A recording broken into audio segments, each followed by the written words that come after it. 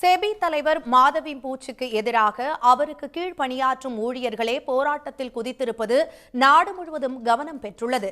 SEBI தலைமை அலுவலகத்தில் பணிச்சூழல் மிகவும் மோசமாக இருப்பதாக குற்றம் சாட்டி அதன் ஊழியர்களே போராட்டத்தில் குதித்துள்ளனர்.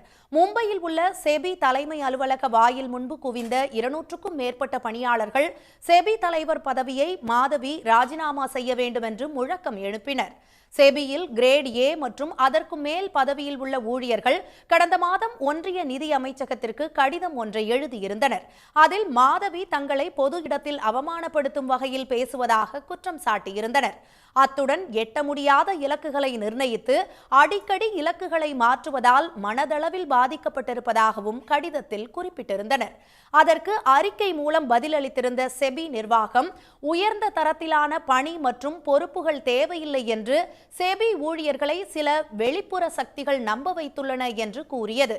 இதனால் ஆத்திரமடைந்த செபி ஊழியர்கள் அந்த கடிதத்தை திரும்ப பெற வேண்டும் என்று வலியுறுத்தி போராட்டம் நடத்தினர்.